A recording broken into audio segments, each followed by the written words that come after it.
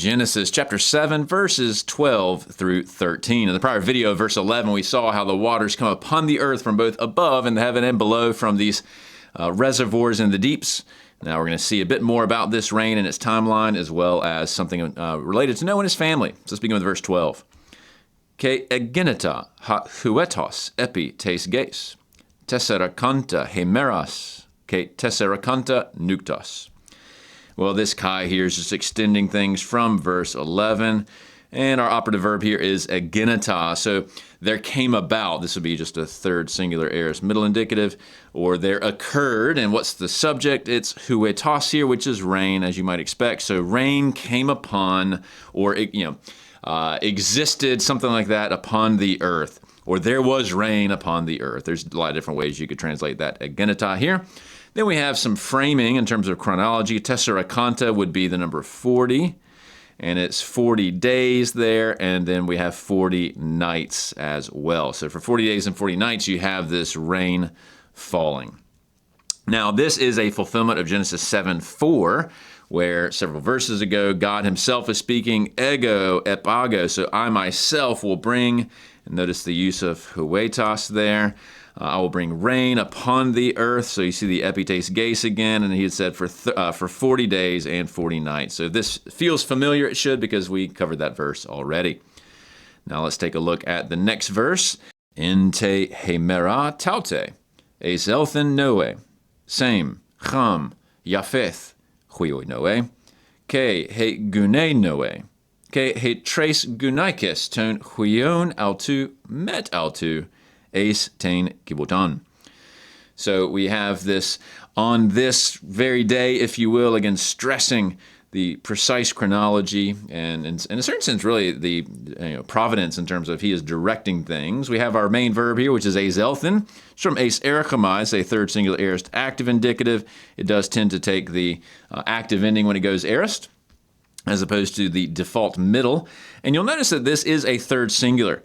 Now, in one sense, this could be because your more nearby subject here is Noah, and he has been the main character. So in some sense, you could argue this is simply a traction. He is the nearest component. But it's also true that when you have a collective group, you do have the option of using a third singular verb to describe all of them as opposed to a plural. You kind of can go back and forth, but it's not that unusual to see a third singular for a whole plural group as opposed to the plural. You could go either way. But most likely it's trying to stress that it's Noah who is doing this. He has been the leader all along. But now we have a list of folks who are with him. You notice we have Shem, Ham, and Japheth. That's the transliteration of their names, and they're described here as the sons of Noah. And so that reminds us both of Genesis 5:32 in the genealogy, as well as Genesis 6:10, that these are the sons of Noah. They've previously in chapter 7 just been described as the sons, the huioi, but now we have their names. Next we have the gune Noe, so the wife of Noah. Hold that thought, we're going to come back to in a second.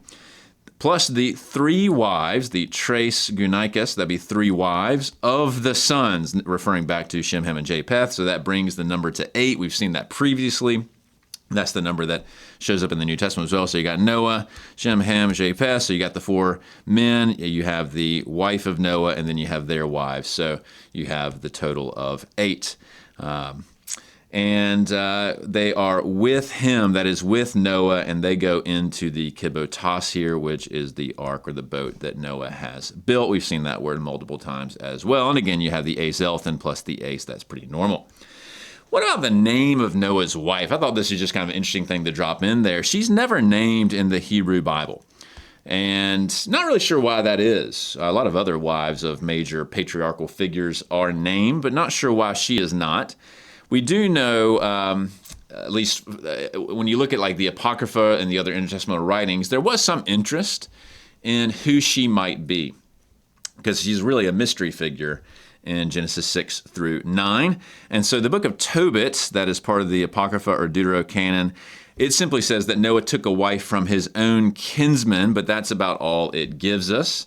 In the Dead Sea Scrolls, we have really an apocryphon of Genesis. It's in Aramaic. It's like a miniature Genesis. And so it does retell part of this, and it has a really interesting, totally spurious. There's no reason to think that this is authentic in any way, but it's their attempt to fill in some of the gaps there at Qumran.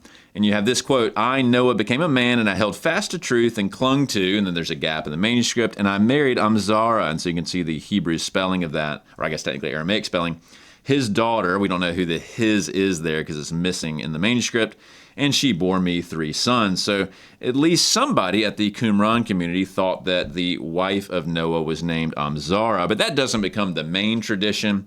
If you look at later rabbinic tradition, and this isn't really even all that early, it is quite a bit later in some of the Midrash and so forth. The typical name that is associated with Noah's wife is Naamah, and by the way, that's the one I believe that is used in that movie Noah that I've shown previously.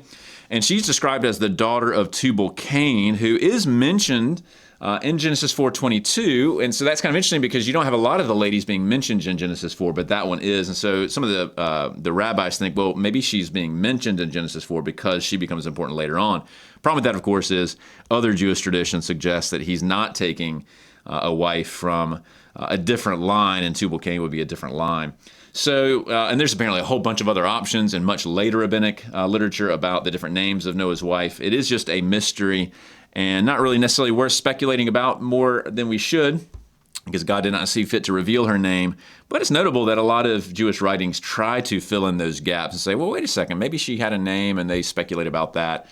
And I suppose that scratches an itch that many of us have. We often want more certainty than maybe a narrative might give us, and so we might come up with different ways of filling in those gaps. So, interesting stuff about Noah's wife, who will remain nameless, I suppose, until we get further information down the road in the new heavens and new earth. We can ask Noah about that, I suppose. Anyway, thanks for tuning in.